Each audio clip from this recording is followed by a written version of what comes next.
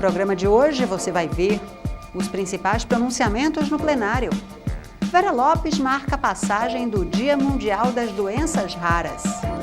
Osmar Ricardo defende pleitos de servidores municipais em greve. Vereadores discutem a distribuição de livros com menção à ideologia de gênero em escolas da rede municipal. E a reunião da Comissão de Legislação e Justiça. O TV Câmara do Recife está no ar.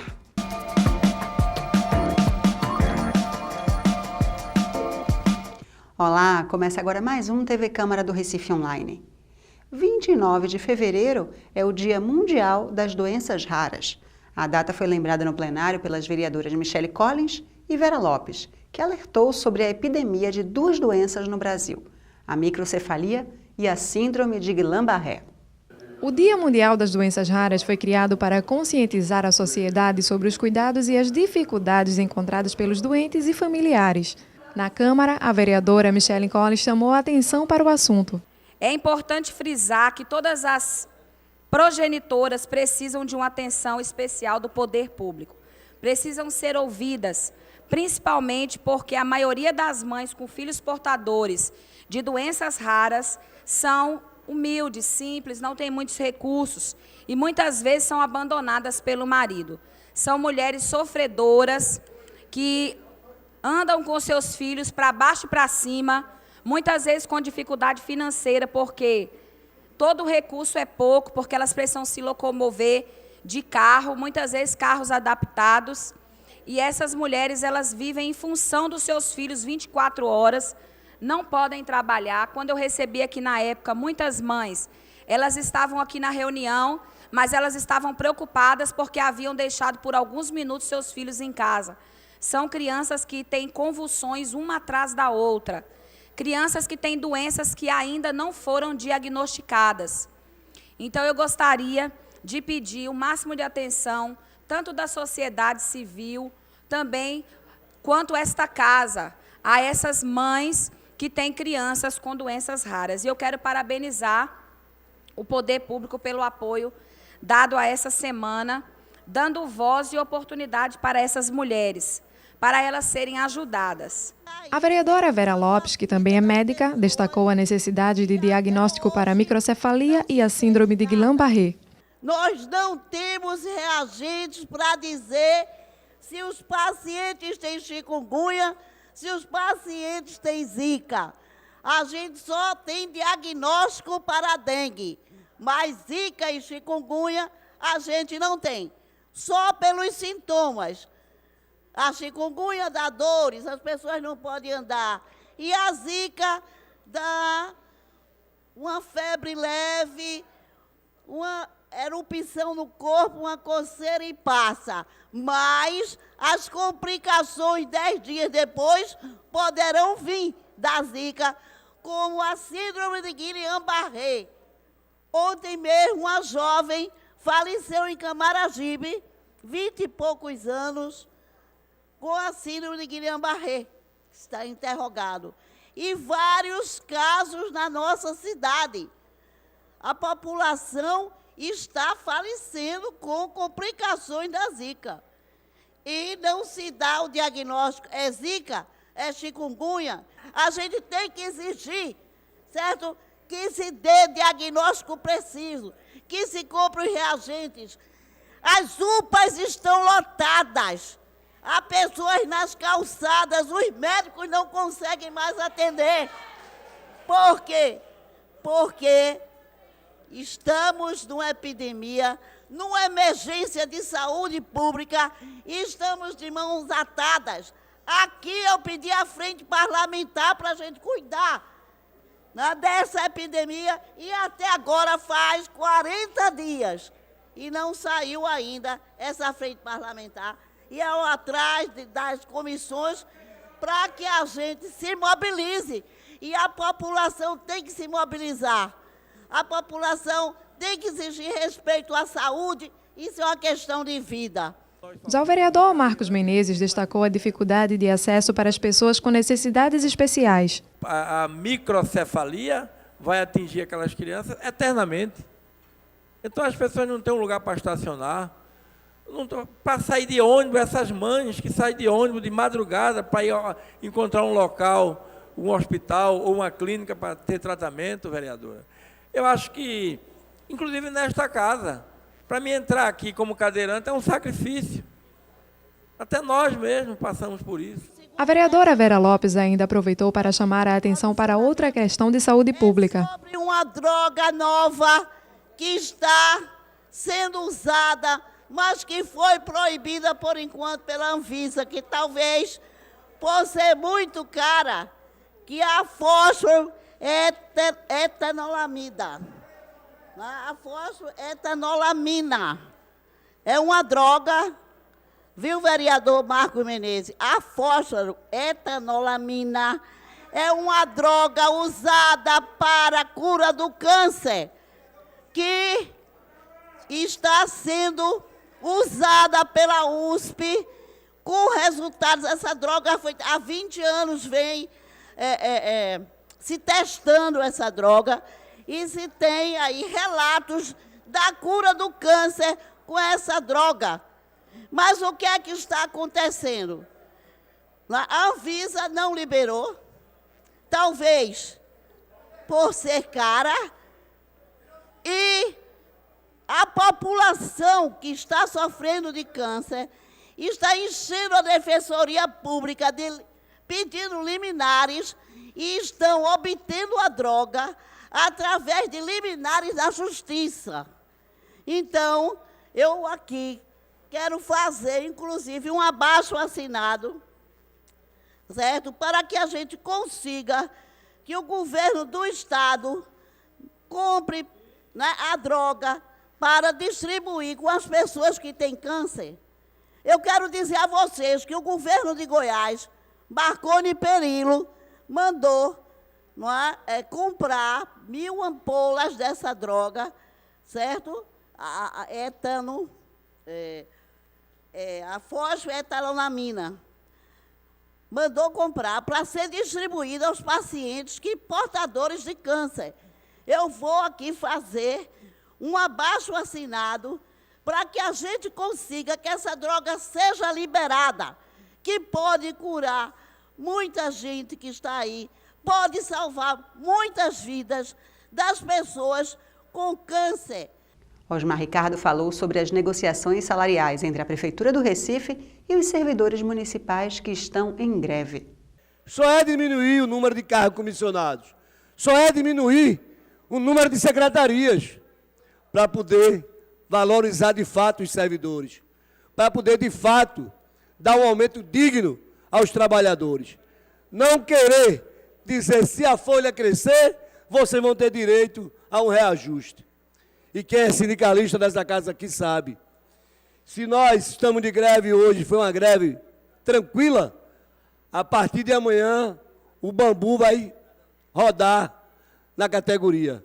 Vamos para cima do movimento, vamos para cima da gestão geral do Júlio, mostrar a ele, senhores vereadores, com quantos pau se faz uma jangada, ou com quantos pau se faz um movimento de greve, um movimento legítimo de servidores que estão indignados com esse governo. André Regis criticou a Prefeitura do Recife e o governo do Estado, que não estariam dando atenção adequada aos consulados instalados na capital pernambucana.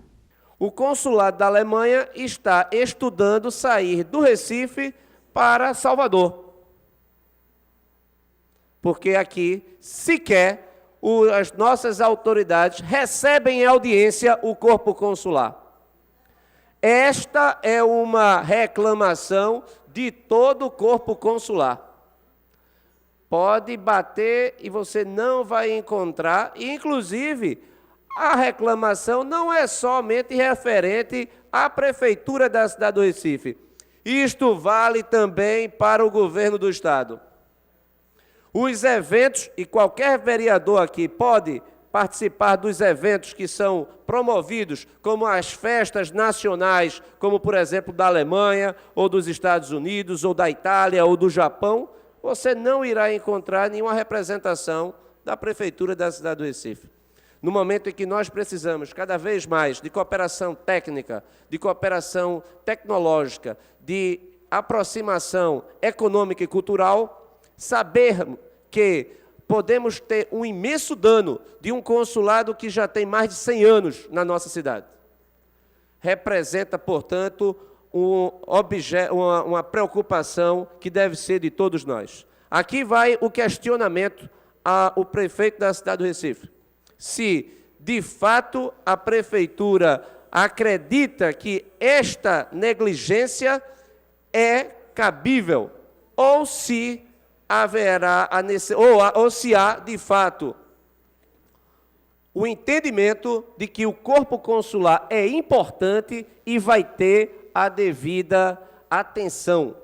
Atenção a um consulado, ao corpo consular, não é uma disponibilidade, é uma obrigação do prefeito da cidade do Recife. Inclusive, numa cidade que tem prefeito e vice-prefeito, é injustificável os eventos da comunidade consular ser tão desprestigiado, e isso tem consequências, senhor presidente, e espero que a Prefeitura da cidade do Recife, quem esteja no comando e, inclusive, que deveria ter uma pasta para preocupar-se com essa matéria, que dê a devida atenção, porque a perda de um consulado significa muito para uma cidade do porte do Recife. A Aimee Carvalho mostrou-se preocupada com a distribuição na rede pública municipal de livros com menção à ideologia de gênero. Deixar que a ideologia de gênero entre em nossas escolas não vai estimular as crianças para uma sexualidade precoce, só vai, quero retificar, estimular as crianças para uma sexualidade precoce e doente, com consequências desastrosas em um futuro não muito distante. Lamento que precisemos voltar a este tema nesta casa tão honrosa, que é a casa de José Mariano, quando nós mesmos decidimos contra estas posições. Por isso, senhores e senhoras vereadoras, estou lançando uma petição pública online para colher assinaturas de mães e pais que se preocupam com a educação que os seus filhos estão recebendo nas escolas.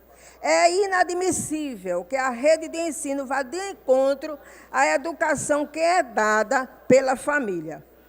Vamos recolher assinaturas e encaminhar esta petição à Secretaria de Educação, pedindo a retirada imediata dos livros, que não acrescenta nada de positivo. Aproveito esse espaço também para parabenizar os vereadores que, nesta casa, têm mantido o compromisso de defender a família deste assunto tão desastrador. Eu ainda continuo. Nossa educação está sendo atacada em várias frentes. Até mesmo o Enem, Exame Nacional de Ensino Médio, vem trazendo comentários doutrinadores. Na última prova, apresentaram um comentário de uma filósofa francesa afirmando que não se nasce homem, não se nasce mulher, torna-se mulher. Por essas razões como esta, estou também empenhada no projeto Escola Sem Partido, projeto de lei número 130 de 2015, da minha autoria, que está em tramitação atualmente nas comissões desta casa, e tão logo receba pareceres necessários, entrará em votação. Nosso objetivo é extirpar das salas de aula o doutrinamento político da nossa juventude. E finalizo tranquilizando as famílias que assistem esta triste realidade em nossa educação. Estamos sempre alertas em prol da família tradicional. O destino dos livros que tratam da ideologia de gênero também foi tema do pronunciamento do vereador Carlos Gueiros. Ele comentou uma matéria publicada sobre o assunto na semana passada. Uma publicação que saiu a respeito do meu projeto número 26, que foi feito no Diário de Pernambuco, muito tendenciosa. O jornalista deve fazer a menção dos fatos e não tomar partido.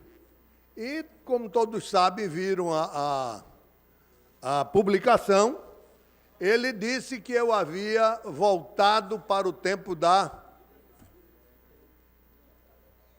do passado, que eu tinha mandado queimar os livros, como se queimava a Bíblia antigamente. Eu achei isso muito ruim, porque eu em nenhum momento eu discuti gênero, eu em nenhum momento discuti sexualidade, nem aqui neste projeto, nem na rádio e nem nos jornais. O meu problema e o meu projeto ele é simples, ele só tem um artigo, que é exatamente dar continuidade àquilo que no fórum próprio e no tempo próprio foi decidido nesta casa. Quando nós fomos aprovar, que veio aqui o projeto do Plano Municipal de Educação, fórum próprio, tempo próprio, esta casa discutiu abertamente todo o plano, todas as emendas e a sua maioria, porque nós vivemos numa democracia. E democracia quer dizer a vontade da maioria. Quando a maioria decidiu modificar o Plano Municipal de Educação, eu vi aqui a minoria, que era contrária, numa atitude democrática louvável, se quer dar a vontade dessa maioria, sem mudar naturalmente a sua maneira de pensar, como é o caso da vereadora Isabela de Roldão, como é o caso da vereadora Marília. Não quer dizer porque elas sequer dão a vontade de uma decisão da maioria que mudaram a maneira dela pensar, elas continuam com a maneira dela de pensar. Então nós estamos discutindo com o projeto 26, é o cumprimento da lei. O que o meu projeto diz é que nós precisamos cumprir a lei. As escolas, a Secretaria de Educação, os professores, como eu e como ele, como todo mundo, tem que se quedar à lei. E a lei disse que não era para fazer. E estão fazendo. E na hora o que eu disse foi que fazer desses livros leva para o Estado, porque aí o ensino do Estado já é numa idade que é possível se tratar desse assunto. Mas nós achamos que as crianças infanto-juvenis não devem tratar deste assunto. A vereadora Marília Reis solicitou uma audiência pública para discutir o projeto de lei de Carlos Gueiros, que proíbe em todas as escolas da rede municipal a utilização de livros que abordem ideologia de gênero e diversidade sexual. O autor do projeto questionou a iniciativa da colega. Para o vereador Carlos Gueiros, a realização de uma audiência pública para discutir o projeto de autoria dele não é necessária e sugeriu que o requerimento fosse retirado de pauta. Eu vim aqui nessa tribuna exatamente para pedir à senhora que retirasse da pauta esse requerimento, porque esta casa ela é suficiente para decidir os assuntos. O meu projeto de lei, ele não gera discussão, nem carece de opinião de terceiros, porque ele é simples. É um projeto que pede o cumprimento da lei, que essa casa já aprovou. Ou seja, discutir esse assunto num fórum diferente que este aqui, dos que votam, é querer voltar ao assunto do Plano Municipal de Educação, que já foi decidido. O Plano Municipal de Educação foi feito com base nisso aqui, que é a lei hierarquicamente maior, que é a Constituição e a lei federal, que é o Estatuto da Criança. E o que nós dissemos é, apure-se a responsabilidade, se não for esses livros que aí estão sendo distribuídos, possíveis de ser usado pelo Estado para os alunos que já são de idade, que podem tomar conhecimento daquele assunto, que se apure a responsabilidade de quem distribuiu em desacordo com a lei e apure para ele pagar a despesa se houver prejuízo financeiro. É isso que tem que ser feito. E não se querer botar de goela abaixo aquilo que a lei disse que não era para fazer. Então, eu não entendo que esse projeto de lei seja objeto de discussão, vereadora, para a gente ir discutir se a gente vai cumprir a lei ou não. O requerimento foi retirado de pauta pela autora da proposta, a vereadora Marília Reis. Eu gostaria, sim, de pedir a retirada de pauta para que a gente possa refazer um erro formal, que, já que a data que a gente sugeriu para a audiência pública vai cair numa quinta-feira santa, então não vai ser possível de se realizar.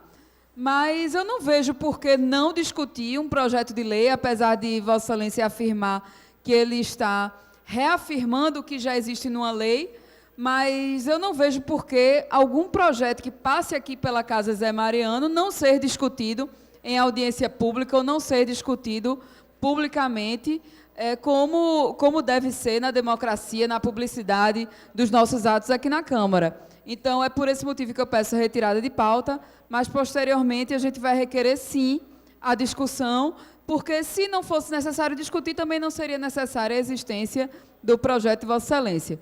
O vereador Marcos de Brie apresentou um voto de aplauso ao comandante do 16º Batalhão da Polícia Militar, Alexandre Alves da Cruz, pela organização do Carnaval do bairro de Santo Amaro em 2016.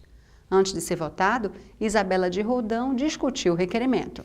De fato, a polícia está de parabéns por ter enfrentado a sua missão no Carnaval, mas dizer também da irresponsabilidade do governo, que de forma precária coloca um efetivo muito inferior ao que se fazia necessário, desfalca as cidades do interior, permite que a insegurança se dê, inclusive para aqueles que estavam ali para fazer a segurança.